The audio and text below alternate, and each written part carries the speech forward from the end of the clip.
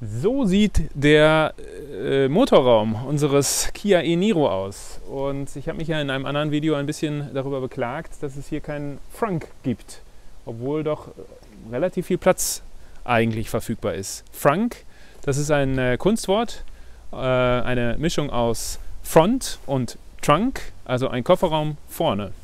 Und viele Teslas oder alle Teslas haben ja zum Beispiel vorne einen kleinen Kofferraum, wo man Ladekabel und Ähnliches ablegen kann. Und sowas hätte ich auch gerne.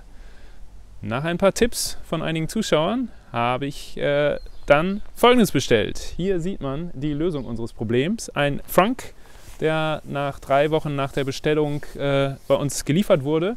Und ich werde euch jetzt in diesem Video zeigen, wie ich diesen Frunk beim Kia e-Niro einbaue.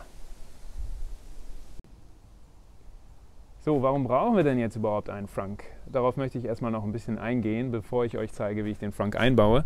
Und die Antwort liegt hier hinten im Kofferraum des e-Niro.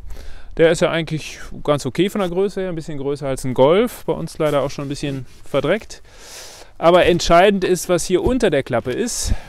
Es gibt ja hier einen sehr schönen ebenen Ladeboden und darunter noch Platz für in unserem Fall 2 Ladekabel, das Typ 2 Ladekabel und ein Ladeziegel für die Schuko-Steckdose. Und das ist, finde ich, eigentlich sehr gut geregelt, sehr gut gelöst. Nur in dem Moment ist es nicht mehr so toll, wenn man hier oben Ladung hat im Kofferraum. Wie ich neulich Getränkekisten, was ich in einem anderen Video gezeigt habe. Und dann aber gerade ans Ladekabel möchte.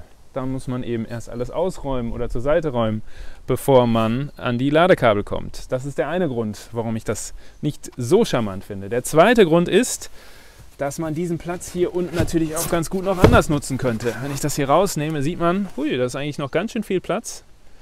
Und wenn man in Urlaub fährt, könnte man den Platz auch vielleicht mit was anderes nutzen als mit Ladekabeln. Und diese 2 Gründe waren ausschlaggebend dafür, dass wir einen Frunk bestellt haben. Und jetzt lasst uns mal schauen, wie ich den einbaue.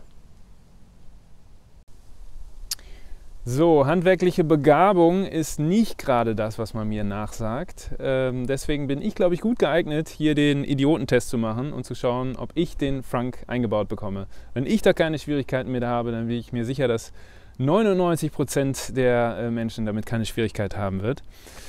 Es gibt eine Einbauanleitung hier, die ist recht kurz und knapp und macht mir große Hoffnung, dass es wirklich einfach ist, diesen Frunk jetzt hier einzubauen. So sieht er übrigens aus.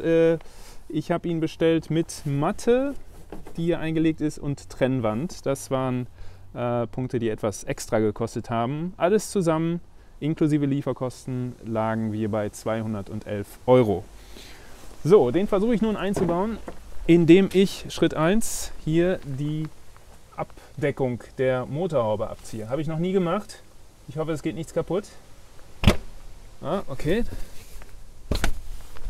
Das war in der Tat einfach. Wesentlich einfacher, als ich mir das vorgestellt hatte. Das ist schon mal gut. So, jetzt soll man eigentlich den Frunk einfach aufsetzen können. Schauen wir mal. Es gibt hier 4 Kontaktpunkte. Ups, jetzt fallen hier schon Sachen aus den Bäumen in unserem Motorraum. Es gibt 4 Kontaktpunkte unten am Frunk und die müssten auf diese 4 Punkte hier aufgesetzt werden. Ja, sieht auf den ersten Blick auch nicht so schwierig aus. Versuche ich das mal richtig reinzukriegen hier.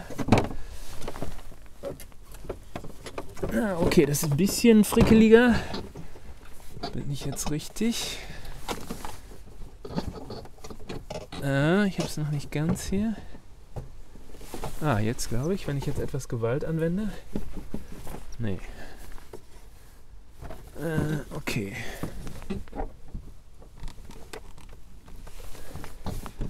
Das muss ich mir doch mal anschauen. Wo sind denn genau die 4 Punkte nochmal? Hier sind 2 und hier sind 2. Okay, sind noch versetzt hier. Okay. Versuch's nochmal. Muss ich eben auch richtig erwischen.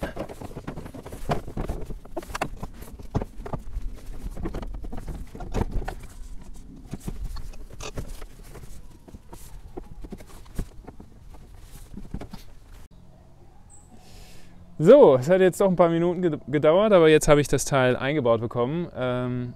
Die Anleitung ist ja nicht lang, aber trotzdem, wer sie lesen kann, ist klar im Vorteil. Der Trick war, zuerst die hinteren Befestigungspunkte einzufädeln. Und dazu muss man eben einen Teil des Franks hier etwas drunter schrieben und einfädeln. Und dann ließen sich auch mit etwas Frickeln die vorderen Befestigungspunkte einklinken. Und jetzt sitzt das Teil hier schön fest drin. Ist etwas flexibel natürlich. Das ist das Teil an sich, was etwas flexibel ist. Aber grundsätzlich sitzt er hier gut drin und ist auch ganz schön groß, wie ich finde. Jetzt schauen wir mal, was reinpasst. Ich habe hier eine Tasche mit Verbandszeug, Warndreieck und Warnweste. Die passt schon mal super hier in den hinteren Teil rein.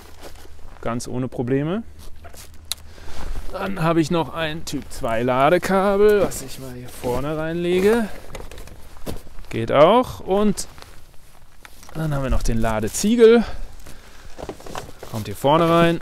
Wunderbar. Da ist sogar noch Platz für mehr. Aber die Sachen haben wir schon gut unterbekommen. Und geht der Kofferraum auch noch zu? Nicht der Kofferraum natürlich, sondern die Motorhaube, die Fronthaube. Nein. Zweiter Versuch. Vielleicht habe ich das hier zu hoch gepackt.